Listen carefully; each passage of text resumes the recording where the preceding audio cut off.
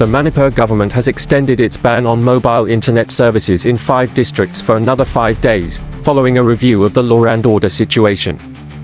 The ban, which affects Imphal West, Imphal East, Thaubal, Buisness, and Kaching districts, will remain in place until 3 p.m. on September 20th, as authorities attempt to curb the spread of disinformation amid ongoing protests and violence in the region, the Hindustan Times reports.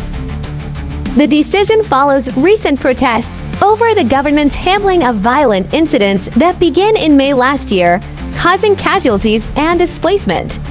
The authorities fear that internet access could be used to spread rumors, fueling further unrest. While mobile internet remains restricted, the state government has partially lifted its ban on broadband services under certain conditions, allowing limited access to essential internet services. However, authorities remain cautious, citing continued risks of misinformation inciting violence.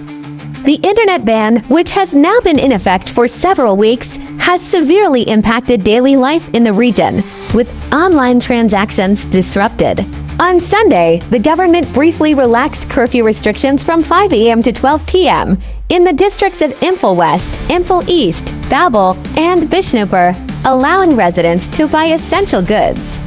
Crowds formed at markets and ATM booths as people rushed to stock up on supplies before the curfew was reimposed. The curfew was first imposed on September 10th in response to widespread protests by students, who accused the government of inaction in addressing the violence. Meanwhile, a bomb exploded at the residence of Manipur's transport minister, Kashim Vasham, on Saturday night in Ukhrul, a town 80 kilometers from Imphal, the Hindu reports. The minister was not at home during the attack, and no one was injured in the blast, which caused minor damage to the property. Police are investigating the incident, but no group has claimed responsibility. Conflict in Manipur has deepened ethnic and political divides, with many of the displaced still seeking refuge in relief camps across the state.